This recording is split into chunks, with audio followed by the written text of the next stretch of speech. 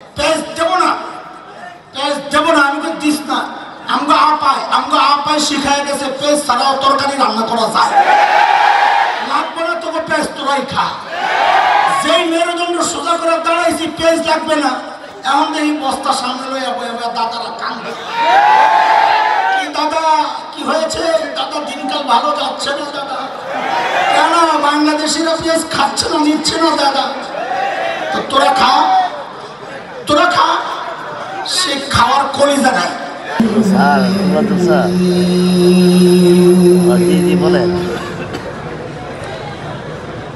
بلى من كسب سيئة وأحاطت به خطيئته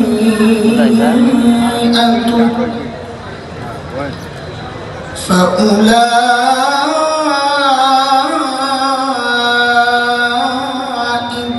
أصحاب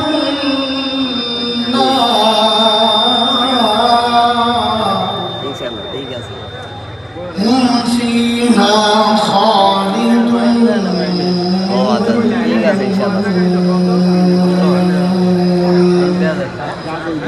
آمنت بالله صدق الله العلي العظيم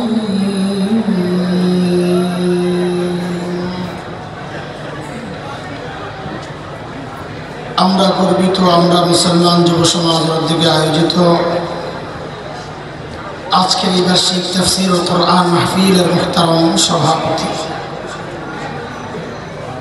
অতিথিবৃন্দ, হযরত উলামায়ে কেরাম, মুরব্বিয়ান আযম, দূর দূরান্ত থেকে আগত ইসলাম প্রিয় সুধী সমাজ, প্রিয় ছাত্র ভাইয়েরা, যুবক বন্ধুরা, পর্দার আড়ালের মা বাবা, আল্লাহ সুবহানাহু ওয়া তাআলার অশেষ মেহেরবানি, করুণা, দয়া, যে মহান মালিক লাখো কোটি মানুষ থেকে বাছাই করে দিন এই মজলিসে আমাকে আপনাকে আসার বসার কিছু কথা বলা ও শোনার তৌফিক দান করেছেন।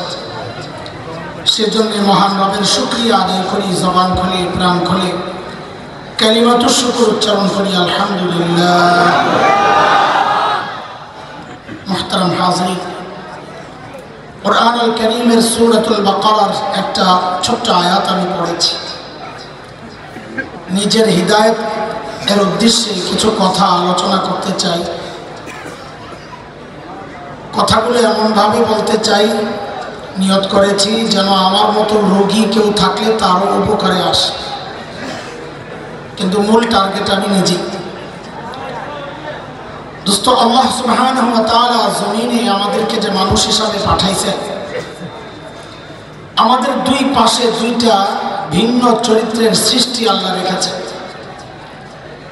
একদিকে ফেরেশতা, আরেকদিকে শয়তান। ফেরেশতাদের চরিত্র সম্পর্কে আল্লাহ সূরাতুত তাহরীম 6 নম্বর আয়াত আল্লাহ বলেন, লা ইয়াসুনাল্লাহ মা আমারাহু ওয়া ইয়াফআলুনা মা ইউমারুন। ফেরেশতাদের চরিত্র হচ্ছে ফেরেশতারা গুনাহ করতে পারেন না।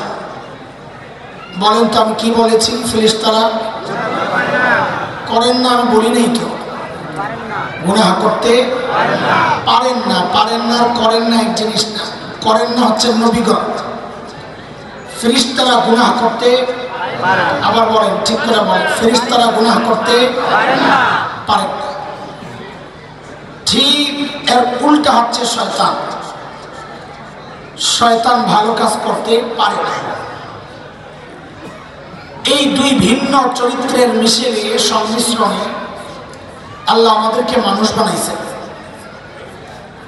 আমাদের মধ্যে ফেরেশতা গুণও আছে, আমরা ভালো কাজ করি, আবার শয়তানি গুণও আছে, শয়তানিও কম করি না। আলোচনার সুবিধার্থে এই মানুষকে আজকে এখন আমি 3টা ভাগে ভাগ করতে চাই। কয় শ্রেণী? একটু কথা বলেন, অল্পতে শেষ করা সহজ হয়। আমিও অপেক্ষায় আছি, আমার ভাইয়ের বয়ান শুনবো, আপনারাও অপেক্ষায় আছেন। মাঝখানে সিপা দিয়ে আমার ঢোকার কি দরকার? আমারও মন চাইতেছে না, আপনারও মন চাইতেছে না, কোন রকম একটা সাইজ করি দুইজনে মিললা। আপনারাও কথা কম কিছু, আমিও কথা কই, তো তাড়াতাড়ি কাম সারণ যাই। হ্যাঁ ঠিক আছে। মানুষের শ্রেণী কয়টা?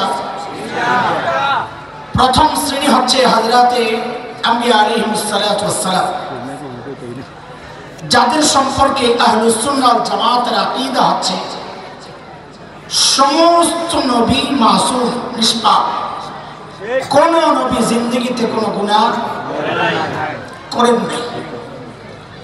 কেন করেন নাই তার অনেক কারণ আছে। এর মধ্যে অন্যতম এক কারণ হচ্ছে আল্লাহ নিজে নবীদেরকে বাঁচায় দিয়েছেন। কে বাঁচাইছেন? কেন বাঁচাইছেন সেটার অনেক কারণ আছে। এর মধ্যে একটা কারণ আল্লাহ সূরা হজ ৭৫ নম্বর আয়াত আল্লাহ বলেন, আল্লাহু ইয়াসতাফি মিনাল মালাইকাতি রাসূলান ওয়া মিনান নাস ইন্নাল্লাহা সামিউন বাসীর। আল্লাহ বলেন রাসূল আমার নির্বাচক। কার নির্বাচক? রাতের ভোটের না, কার নির্বাচক? কোন নবী যদি কোনো গুনাহ করেন তাহলে আল্লাহর নির্বাচনটা প্রশ্নবিদ্ধ হয়ে যায়। কার নির্বাচন করলেন? তারা দেখি গুনাহ করে। এই জন্য আল্লাহ নিজেই সমস্ত নবীদেরকে বাঁচাইয়া দিয়েছে। যেমন সূরা ইউসুফের ২৪ নম্বর আয়াতে আল্লাহ নবী ইউসুফকে বাঁচাইয়া নিজেই বলতেছেন, কাযালিকা লিনাসরিফা আনহু সুআ ওয়াল ফাহশা, আমি বাঁচাইয়া দিচ্ছি। তাহলে নবীরা গুনাহ কেন করেন নাই? আল্লাহ নিজে। এই জন্য উলামায়ে কেরাম এই বিষয়ে এত কঠোর। কেউ যদি নবীদের সমালোচনা করে অথবা নবীদের দোষ তালাশ করে অথবা এমন কোন উদ্ভট উক্তি করে যে নবীরা দায়িত্বে অবহেলা করেছেন, তো তার দাড়ি যত লম্বা হোক, কপাল ঢাকা পাগড়ি যত সুন্দর হোক, বংশ যত উঁচা হোক, অনুসারী যত লক্ষ কোটি হোক, উলামারা এক কথাই বলেছেন, এই লোক কোনোভাবেই হক কেউ হইতে পারে না, সে গোমরাহ পথভ্রষ্ট। দ্বিতীয় শ্রেণী হচ্ছে হযরতে সাহাবায়ে কেরাম রিদওয়ানুল্লাহি আলাইহিম আজমাইন। সাহাবীদের ব্যাপারে আহলুস সুন্নাহ ওয়াল জামাতের আকীদা হচ্ছে সাহাবীরা নবীদের মতো নিষ্পাপ না, তবে সাহাবীরা মাগফুর, আল্লাহ কর্তৃক ক্ষমাপ্রাপ্ত। আল্লাহ সাহাবীদেরকে কি করে দিয়েছেন? কথা বলেন। কেন ক্ষমা করছেন? দোষ তো পাওয়া গেছে কিছু। তো বলে দোষ পাওয়া গেলেও আল্লাহ বলেছেন নিজেই যে যা করছে আমি মাফ করে দিছি। কেন? দিল ঠিক ছিল। তুমি যে মুত্তাকি, তোমার পাশের মানুষ স্বীকার করে না। পীর সাহেবের কাছে আর হাজার হাজার মুরিদ হইল, বউ মুরিদ হয় না। আমার লগে বুজুর্গি দেয় না, আমি চিনি। ছোট মোটো পীর সাহেব কেউ থাকলে জিজ্ঞাসা করে দাও। আপাতত আমি সাক্ষী, আমারটাও আমার কাছে মুরিদ হয় না। এক পীর সাহেবের সাথে নাকি বউ খালি লেগেই থাকতো। কি পীর হয়েছে, আল্লাহ আমার একটা মিলাইছে। এমন করতে করতে বুড়ো হয়ে গেছে, বউয়ের জ্বালানি থামে না। একদিন তো পীর সাহেব ঘরে আইছে, বউ তো এক চিৎকার দিছে, ও হরে আল্লাহ। পীর সাহেব বুড়া কালে এমন আল্লাহ শুরু করলা, কি হয়েছে? আজকে একটা দৃশ্য দেখে আমার কলজাটা ছিঁড়ে গেছে। কি দেখছো? আজকে দেখছি আমার বাড়ির সামনে দিয়ে এক পীর সাহেব উইরা উইরা যায়, আর আমার কপালে আল্লাহ কোন পীর মিলাইলো, এটা লেংরায় লেংরায় আনে। পীর সাহেব পায়, আরে পোড়া কপাল। আগে মনে করছিলাম তোর দিল নষ্ট, এখন দিল সত্যিও নষ্ট হয়ে গেছে। বলে কেন? বালকেরা দেহস না, ওরা যা আমি ছিলাম উইরা গেছে। কে? আমি উঠছি। এখন বউ কি কয়? তাই তো কই, ডানা একটা ভাঙ্গাকে স্বীকার করবো না জামাই রে। আল্লাহর কথার ধরন যেন এমন যে তুমি যে মুত্তাকি, তোমার পাশের মানুষ স্বীকার করে না, আর আমার নবীর সাহাবীরা মুত্তাকি, আমি আল্লাহ নিজে সাক্ষী দিচ্ছি।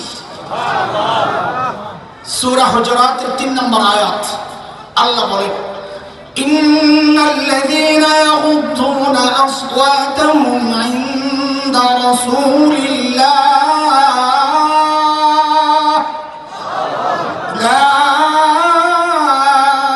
উলাইকাল্লাযীনা ইমতাহানা আল্লাহু কুলুবাহুম লিত-তাকওয়া লাহুম মাগফিরাতুন ওয়া আজরুন আযীম।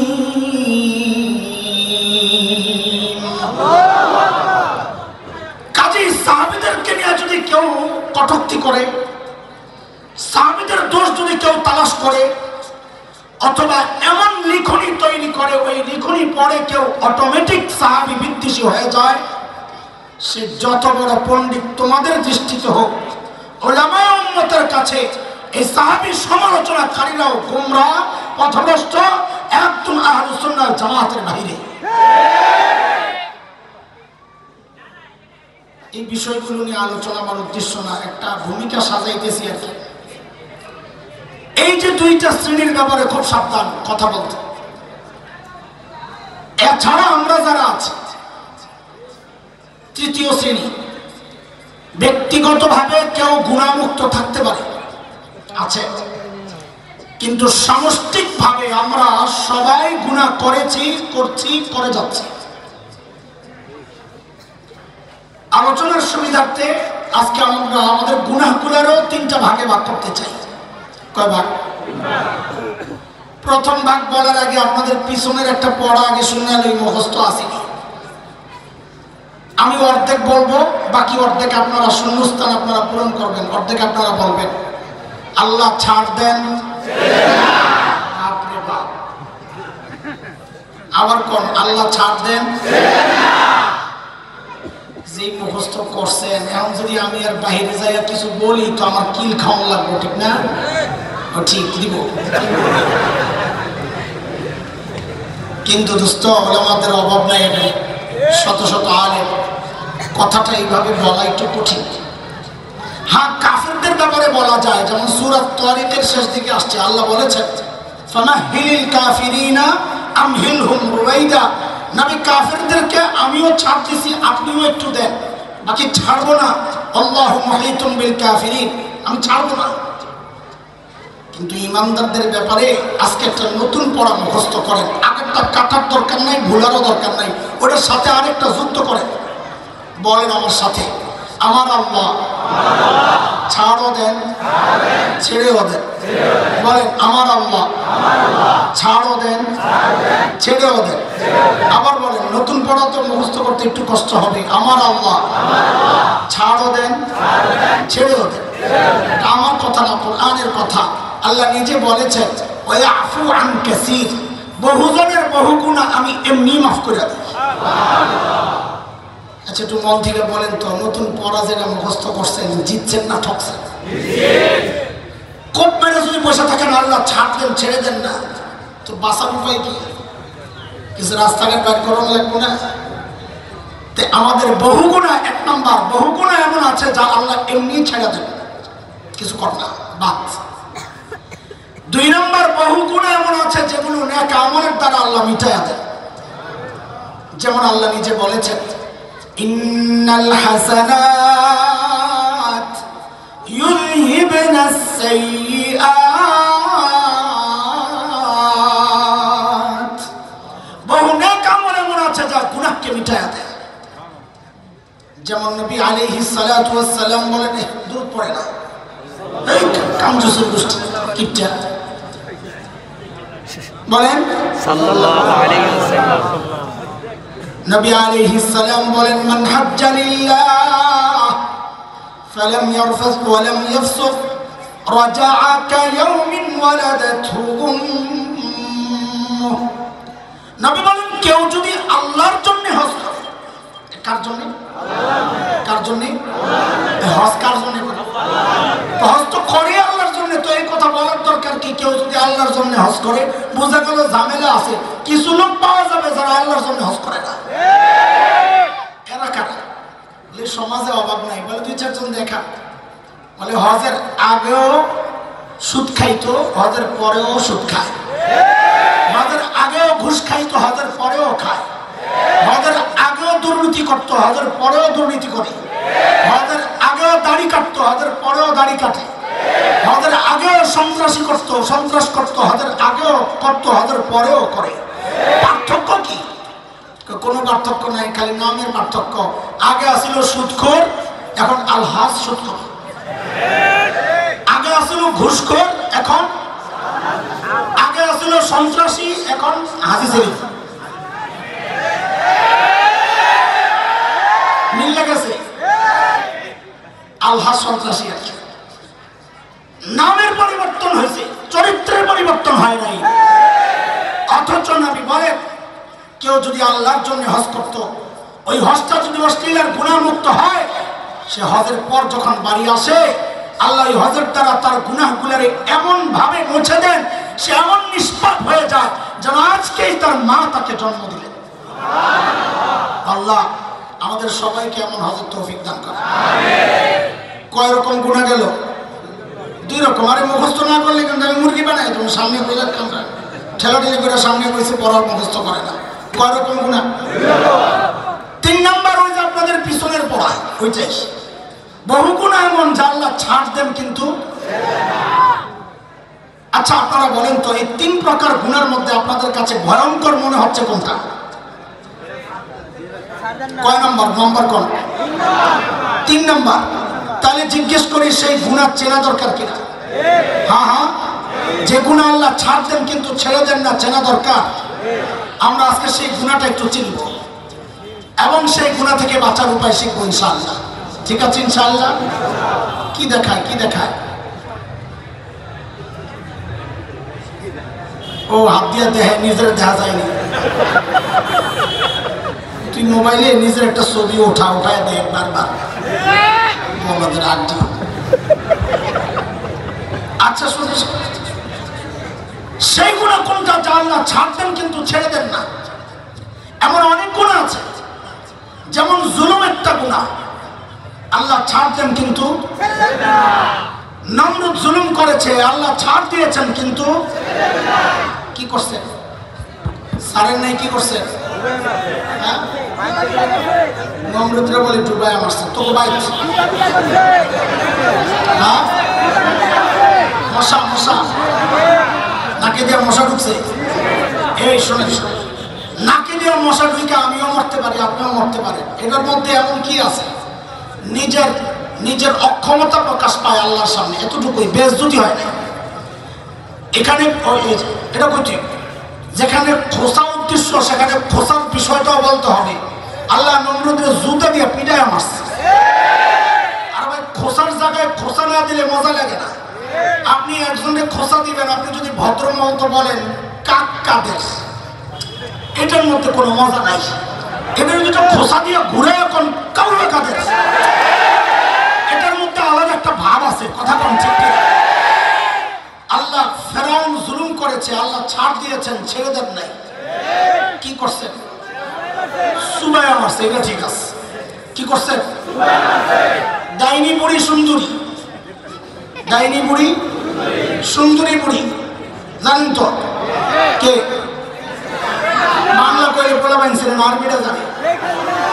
নিউ মার্কেটের মোড়ে রিক্সাওয়ালা কয় যাবা কই? ঢাকা বিশ্ববিদ্যালয়। কোন জায়গায়? কার ইউনিভার্সিটি? কয় এটা না কইবেন। ইংরেজি বুঝে, আরবি বুঝে শেখ হাসিনা, বাংলা বুঝে না। বুড়ি সুন্দরী, ডাইনি বুড়ি সুন্দরী 16 বছর জুলুম করেছে, আল্লাহ ছাড় দিয়েছেন কিন্তু কি করছে? পালায় গেছে। আচ্ছা ঠিক আছে, ঠিক আছে, আমি বলতেছি কই পালাইছে।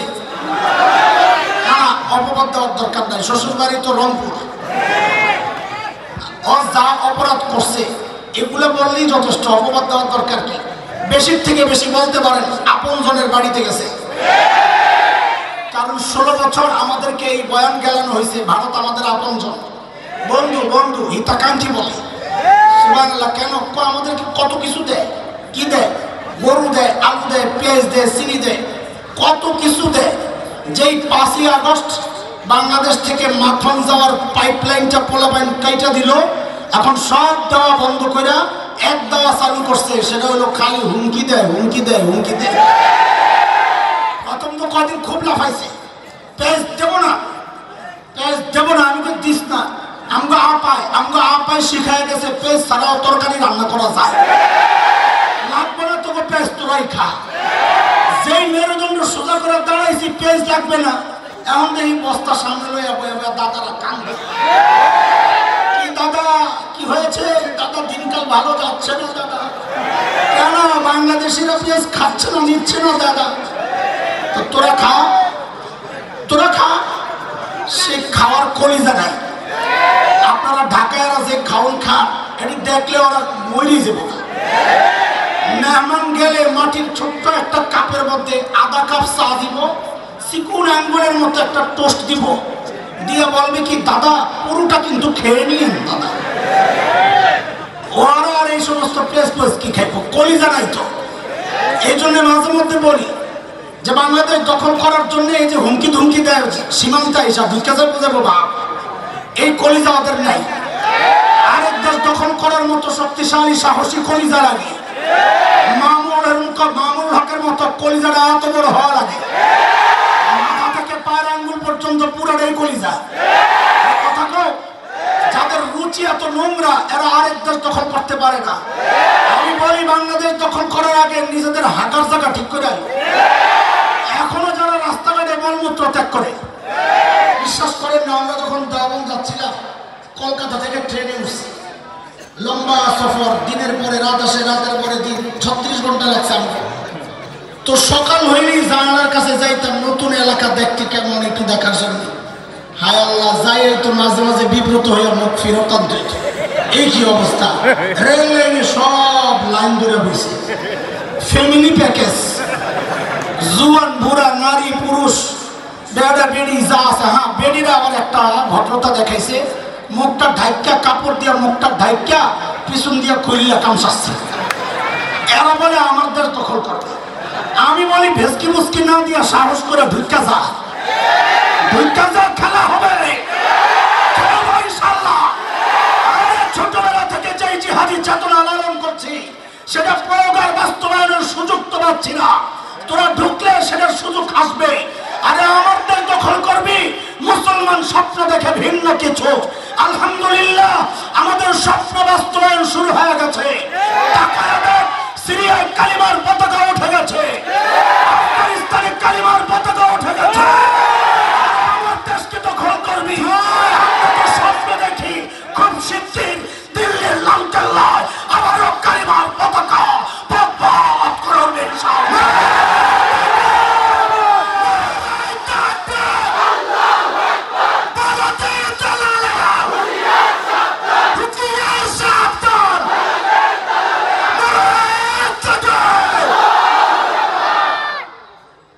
তোদেরকে বলি আল্লাহর ওয়াস্তে, আমার দেশে ঢোকার আগে আমার পূর্বপুরুষের ইতিহাস এবং তোদের পূর্বপুরুষের ইতিহাস পয়লা তারপরে ঢুকিস।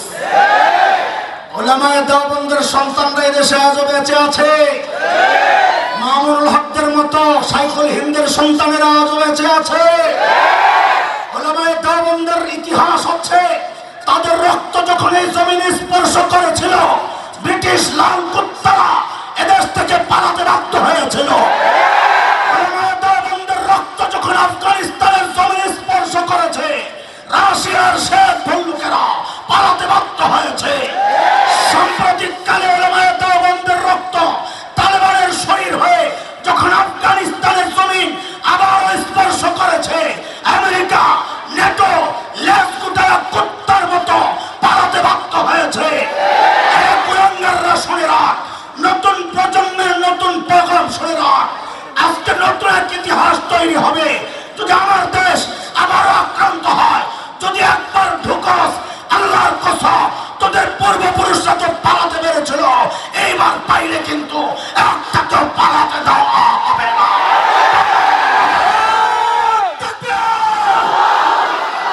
বাংলাদেশ বাংলাদেশ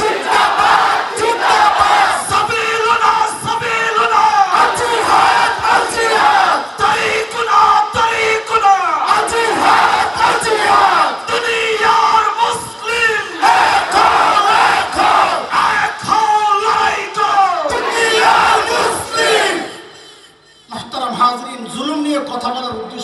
ছিল না কেন কোথাও দিকে আগে গেছে। আজকে ভিন্ন একটা গুনাহ নিয়ে কথা বলতে চাই, যে গুনাহ সম্পর্কে আল্লাহ নিজে বলেছেন আমি ছাড় দিলেও ছেড়ে দিব না। শুরুতে কোরআনুল কারীমের যে আয়াতটা পড়েছিলাম সূরা বাকারা, ওই আয়াতে আল্লাহ বলেন بلى من كسب سيئة وأحاطت به خطيئته فأولئك أصحاب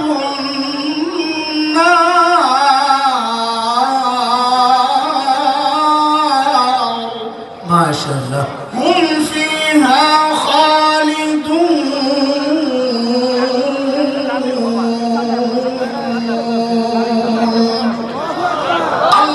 যে গুনাহ বান্দাকে ঘিরে নেয়, খেয়াল করেন, আওয়াজ নাই, যে গুনাহ বান্দাকে ঘিরে নেয়, কি সেই গুনাহ? মুফাসসিরিনে কেরাম বলেন মানিক যে গুনাহে বান্দা ফেসে যায়, নিয়মিত করে ছাড়তে পারে না। কি সেই গুনাহ? সেই গুনাহ সবার যে একটা হবে এটা জরুরি না। আমার একটা হইতে পারে, আপনার আরেকটা হইতে পারে, তার আরেকটা হইতে পারে, তার আরেকটা হইতে পারে। কিন্তু আমরা এই সমাজে বসবাস করি, এই সমাজ জানি, সমাজ বুঝি, সমাজ নিয়ে ভাবি।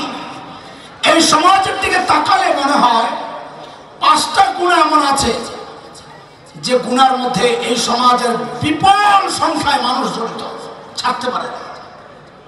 কয়টা গুনাহ বলে? 5টা। বলাবেন কথা কয় গুনাহ? এর মধ্যে 2টা গুনাহ এমন যে গুনাহ এই সমাজের অধিকাংশ মানুষ, প্রায় সবাই, অধিকাংশ বলতে প্রায় সবাই জড়িত। বুড়াও জড়িত, জওয়ানও জড়িত, নারীও জড়িত, পুরুষও জড়িত, আপনাদের মতো সাধারণরাও জড়িত, আমার মতো কোন কোন আলেমও জড়িত, কোন কোন মুফতি মুহাদ্দিস জড়িত, কোন কোন পীর মাশায়েখ জড়িত, প্রায় সবাই জড়িত। সেই 2 গুনার একটার নাম হচ্ছে গীবতের গুনাহ। আমি একটা একটা গুনাহ বলবো, আর খোঁচা দেওয়ার জন্য একটু বলবো, পারলে অস্বীকার করে, পারলে। গীবত এটা আমাদের জন্য এখন ডাল ভাত হয়ে গেছে। 2 নম্বর গুনাহ, যে গুনাহ এই সমাজের প্রায় সবাই জড়িত, আর এমনকি ছোট্ট বাচ্চাটাও জড়িত, সেই গুনাহটার নাম হচ্ছে টাচ মোবাইলের গুনাহ। পারলে অস্বীকার করে। মোট কয় গুনাহ? 2টা গেল। 1 নম্বর গীবত, 2 নম্বর। আরো 2টা গুনাহ এমন আছে যে গুনাহ এই সমাজের অধিকাংশ পুরুষ জড়িত। কি সেই গুনাহ? এই সমাজের অধিকাংশ পুরুষ দাড়ি কাটার গুনাহে জড়িত। 4 নম্বর, এই সমাজের অধিকাংশ পুরুষ টাকনুর নিচে কাপড় পরার গুনাহে জড়িত। ঠিক। 5 নম্বর গুনাহটা বললে আমার উপর অনেকে খেপে যাবে। না, আমি তো বলবো, তুমি না বলবো, আমি বলার জন্যই তো বলছি মিয়া। আর বলার পর ঠিকঠাক যে জোরে করবে এটাও আমি জানি। ধরুন ওই সময় ঠিক জোরে করে ঠিকই ধরুন খারাপ। সেটা হচ্ছে এই সমাজের অধিকাংশ পর্দানশীল নারীরা যে গুনাহে জড়িত। পর্দা করেও গুনাহে জড়িত। মানে কি এটা?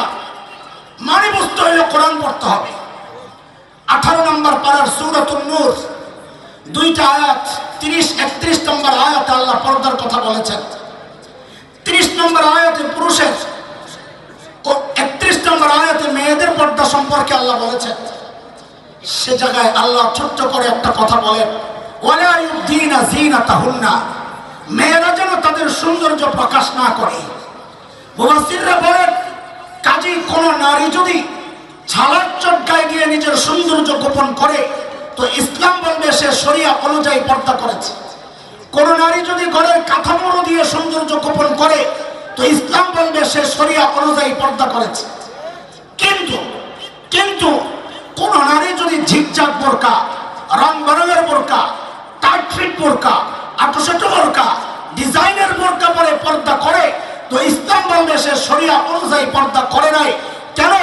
শরীয়তের পর্দা হচ্ছে সৌন্দর্য গোপন করার জন্য। দুঃখজনক হলেও সত্য, আজকালকার অধিকাংশ বোরকা দিয়া সৌন্দর্য গোপন হয় না, বরং সৌন্দর্য ওপেন হয়, প্রকাশ পায়। আগের গুলো কি বেঠিক? এই ঠিকটা যে জোর হইল কথা কম। এই ঠিক জোর হইল কে? প্রশ্ন কমন করছে, গাদা ঠিক যে গেছে তোমার বিরুদ্ধে খবর আছে, বোরকা কিনটা তো তুমি দিছ। আবার ঠিক জোরে কর, এটাও ঠিক। আজকালকার বোরকা যে সৌন্দর্য গোপনের জন্য না ফ্যাশনের জন্য, প্রমাণ কাটাবনজা। জানি না আমার কথা শুনে বেড়ারা সাইনবোর্ড নামায় ফেলছে কিনা। বোরকার দোকানের নাম কি জানেন? একদিন তাকায় আমি হাসতেছি, আর কই হাসলেও লাভ নাই, আমার উপকার হয়েছে, কারণ আমি দলিল পেয়েছি। বোরকার দোকানের নাম ফ্যাশন হাউস। বোরকার দোকানের নাম, আমি দোকানদারের ধন্যবাদ জানাইছি, ও মুনাফিকি করে নাই, ইমানদার। ও বোরকা বেচার সময় নোটিশ লাগায় দিছে, আমার কাছে শরীয়তের বোরকা পাওয়া যায় না, আমার কাছে ফ্যাশনের বোরকা পাওয়া যায়, লাগলে আসো না এলাকায় যাবো। কথা লম্বা করার সুযোগ নাই ভাই, মনে হয় আত্মুখ বসতেছে। হ্যাঁ, আয় তোরা আস্তে আস্তে লই আয়, খামাখা মানুষের কষ্ট হইতেছে, মরে যাবো কোথাও পরে, যেমনি চাপাচাপি করতেছে, তেল বেরিতেছে ভালো করে। কি আরে ঘরে যায় মোবাইলে দেখ, গাজা